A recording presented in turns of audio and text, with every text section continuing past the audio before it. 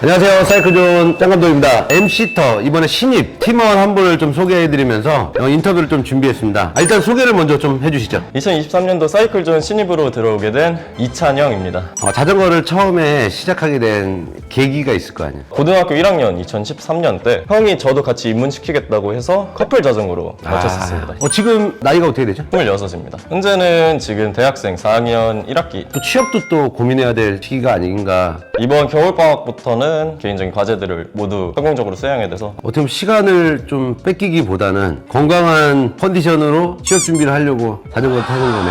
그런 영향도 있습니다. 체력을 길러가지고 이제 많은 것들을 준비해야 되는데 체력전이야, 맞아. 어떻게 보면 현실적인 부분에 빼놓을 수가 없는데 로드 자전거를 타는 데 있어서 비용적인 부분, 솔직히 말해서 내가 본 지금까지 MCT 자전거 중에 제일 안 좋은 자전거가 아닐까. 경제적인 부분이 사실 제일 힘들어서 부가적인 요소들로 많이 나가게 되고, 그리고 또 제가 70만 자주 넘어져가지고 그런데 들어간 정비비나 수리비 생각하면 약간 신차 사는 게 더 싸지 않았을까. 아니 그럼 치칠 그 맞지 정도로요. 않고 타면 되잖아. 고등학교 때 많이 넘어졌던 거라 요즘은 조금 어렸을 나아졌습니다. 때. 네. 그리고 시간적인 부분. 일단 대학생인데 마스터즈 사이클링이라고 해서 동호인 시합 리그가 있습니다. 이 리그전에서 본인은 어떻게 계획을 하고 시작을 하게 됐는지. 평일에는 새벽 운동을 통해서 최소한의 운동량을 가져가고 있고요. 학교가 이제 늦게 시작하는 목요일 같은 경우에는 그날 아침 운동, 그리고 토요일에 아침 운동, 그렇게 두 번을 통해서 최대한 마일리지를 쌓고, 제가 봤을 땐 사이클의 제일 중요한 건 스케줄이라고 생각합니다. 지킬 수 없는 스케줄을 짠다는 거 가장 크게 마이너스 되는 게 아닌가 싶고, 그렇게 고등학교 1학년 때 타고 그리고 나서 다시 시작한 지는 얼마나 됐어요? 본격적으로 의지를 갖고 복귀한 거는 올해 6월부터입니다. 마일리지가 얼마나 되는 것 같아요? 출퇴근이나 뭐 등하교 마일리지를 빼면 약 3,500 정도 될 것 같습니다. 6개월 정도 됐는데 한 3,000km. 내년도 목표 마일리지. 1년 만 킬로는 목표로 하고 있습니다. 처음에 지금 새벽 운동 사이클존에 나오고 있는데 네. 며칠 나오다가 안 나올 줄 알았는데 고등학교 때도 새벽 운동에 많이 나갔던 기억이 있고, 자전거에 이제 열정을 갖고 있다 보니까 좀 일찍 자고 일찍 일어나는 것, 그게 크게 어렵지는 않은 것 같습니다. 그 자전거를 처음 시작하는 사람들한테 조언해 줄 말이 있다면 좀 평지 위주에서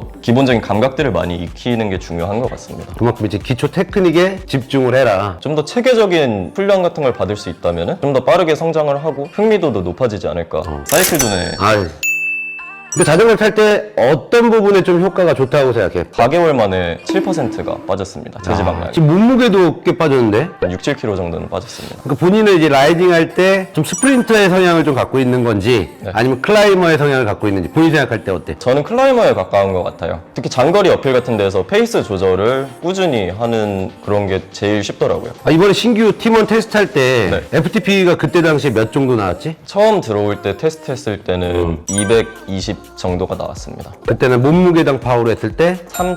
초반 정도, 3.2 정도 나왔던 것 같아요. 네. 3.2인데 본인을 왜 뽑았을 것 같아요? 열심히 하고자 하는 그런 의지가 보여서 뽑아주시지 않았을까 생각을 합니다. 그렇지. 한 달 정도밖에 안 됐지. 본인의 파워와 FTP. 240, 3.8, 3.9 정도가 나옵니다. 그렇지. 저희는 선수반도 그렇고 일반 분들 무조건 안전이 첫 번째야. 그래서 안전하게 타기 위해서 우리 구독자님들한테 뭐 좀 해줄 말이 한 가지 정도. 진짜 특히 내리막에서는 안전 제일인 것 같고요. 그리고 끊임없이 소통을 하는 것. 이제 지나갈 때 지나간다고 말을 한다던가 수신호도 잘 넣고 그렇게 하는 게 이제 팩라이딩에서 가장 안전하게 탈 수 있는 요령인 것 같습니다. 그럼 자전거를 탈 때 본인이 꼭 필요한 장비가 있다면 어떤 장비를 선택하는 거예요? 자전거 외에. 신박계를 많이 활용할 수 있지 않을까. 본인의 최고 신박이랑 역지 신박 이런 것들을 알게 된 후에는 그걸 토대로 신박 존을 나눠보고 신박만 갖고 할 수 있는 그런 훈련 프로그램들이 있으니 그게 이제 경제적인 부담도 네. 이제 가장 좀 적고, 그리고 이제 자신에게 잘 맞는 자전거를 처음에 구매할 때 잘 고르려면 어떻게 하는 게 좋지? 경제 상황을 좀 고려하고 본인이 얼마나 열심히 탈 것 같은지. 요즘은 티아그라도 뭐 좋게 나오는 모양이더라고요. 그래서 그런 차로도 일단은 충분하지 않을지. 그래서 처음에는 시작할 때는 조금 이제 저가부터 시작하는 게 좋다. 그리고 또 자전거에 대한 사이즈가 또 있잖아. 이 디테일 사이즈를 맞추는 과정이 있는데 옆에서 얘기해 준다고 해서 할 수 있는 게 아니야. 보통 인심이나 키로 해서 일단 먼저 초이스를 하고 여러 가지 자전거의 부품들을 그때부터 나의 취향에 맞는 부품들이 또 있기 때문에 그런 것도 교체해서 나중에는 완성이 되는 그런 상황들이 이제 발생이 되는 거죠. 자전거 학원을 들어본 적이 있는지? 로라 위주로 이제 설치가 돼서 자율 트레이닝이 그런 걸로 들어간 줄 알았어요. 지금 새벽반에 나오고 있는데 이렇게 해보니까 어떤 부분들이 배우게 되는 것 같고 좀 얻는 것 같아요. 그래도 안전한 인도어 환경이다 보니까 맞아, 통제 확실하지. 네, 밖에서 하기 어려운 뭐 인터벌 훈련 훈련이라든가 고케이던스, 저케이던스 또는 외발 페달링 이런 밖에서 하기 어려운 훈련들을 실내에서 체계적으로 진행을 할 수가 있더라고요. 그러면서 실력 향상을 좀 기대하고 있습니다. 이미 벌써 됐잖아. 더 정진하겠습니다. 에마 이름 있나 이름? 2012년식 트랙 마둔 2.1입니다. 별칭은 따로 없고요. 그때 당시 구매했던 비용 120만 원으로 기억을 하고 있어요. 고등학교 1학년인데 120만 원짜리 샀어? 형이 이제 80만 원을 보태줬고 나머지 세뱃돈을 받아서 야, 좀 관리 좀 하셔야 되겠는데. 유명산에서 내려오는데 갑자기 거기가 머드 축제를 해서 거기서 그 자전거의 사이즈 사이즈는 52 사이즈, 구동계는 105랑 무등급 섞여 있고 뭐 스프라켓 같은 경우는 티어그라고 그럼 앞에 기어는 50에 34고요. 50에 34 그리고 뒤에 기어는 스프라켓은 12에 30입니다. 핸들바 같은 경우는 40 사이즈입니다. 안장 같은 경우도 순정 안장. 순정은 아니고 학교 동아리에 있는 분이 동아리 주셔가지고 좋겠다. 학교에 동아리가 있어요? 네, 자전거 동아리가 있어요. 자, 그리고 이제 휠셋. 노바텍 스프린트 썼었는데 사고가 났어서 그래서 그 비슷한 등급의 폰트레거 뭐 레이스 XL인가? 구매를 그러면 휠셋도 순정인 것 같은데? 순정보다 하나 밑등급으로 알고 있어요. 자전거 총 무게. 다 뗐을 때 8.8kg 정도 나왔어요. 완전 자전거, 이제부터 자전거 진짜 자덕이네. 자, 스템의 길이는 몇인가요? 100mm 쓰고 있어요. 100mm. 드랍 형태는 어떤 드랍바죠? 드랍바에 요즘에 많이 쓰는 컴팩. 저는 피팅 받을 때 내가 보니까 리치가 좀 길었던 것 같은데. 네, 그때 조금 길다고 하셨던 걸로 기억해요. 근데 예전에 자전거 좀 오래된 핸들바들은 대부분 아나토믹 방식도 많고 이렇게 컴팩트 방식이라고 하더라도 핸들바의 리치가 이렇게 조금 긴 경우가 많아요. 그리고 카본은 문제가 없나요? 그렇게 오래 탔는데? 사실 복귀하고 처음 낙차를 했었는데 이 행어 다는 부분이 살짝 휘었다고 그러시더라고요. 행어 그래서 쪽. 교차되는 기어를 못 쓰고 있어요. 그리고 앞에도 좀 문제가 있는 것 같은데? 핸들 베어링 문제라고 하던데 되게 뻑뻑하게 돌아가서 이것도 살짝 문제가 있습니다. 깜짝 놀랐어. 이거는 진짜 한번 봐야 돼. 이거 지금 준 거야. 이게 뭐 로봇도 아니고 이거 빨리 지금 가서 해결을 해야 될 것 같아. 자전거를 탈 때 이 평페달 아댑터를 딱 유용하게 잘 쓰고 있더라고. 깜짝 놀랐어. 네, 저 학교 다니거나 이제 출퇴근 같은 경우에는 그냥 운동화를 신고 다니기 때문에 소중한 페달 보호해주기 위해서 착을 해가지고 쓰고 있고요.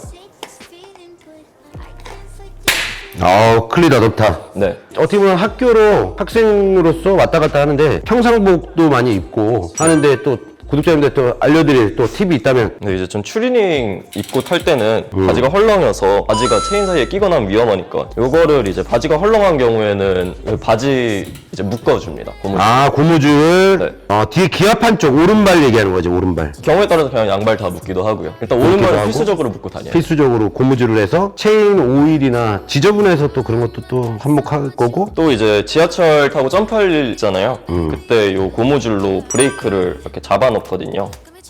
그러면은 자전거가 묶어놔도 잘 안 가서. 그건 어떨 때? 지하철에서 세워놓을 때. 그리고 때로는 머리도 묶고, 머리가 좀 기니까. 그럴 때는 지금처럼 이렇게 머리띠를 들고 다닙니다. 고무줄도 안 묶고 고무줄 3가지로 활용할 수 있습니다. 그걸 알지? 머리띠 넣고 이렇게 2가지 활용.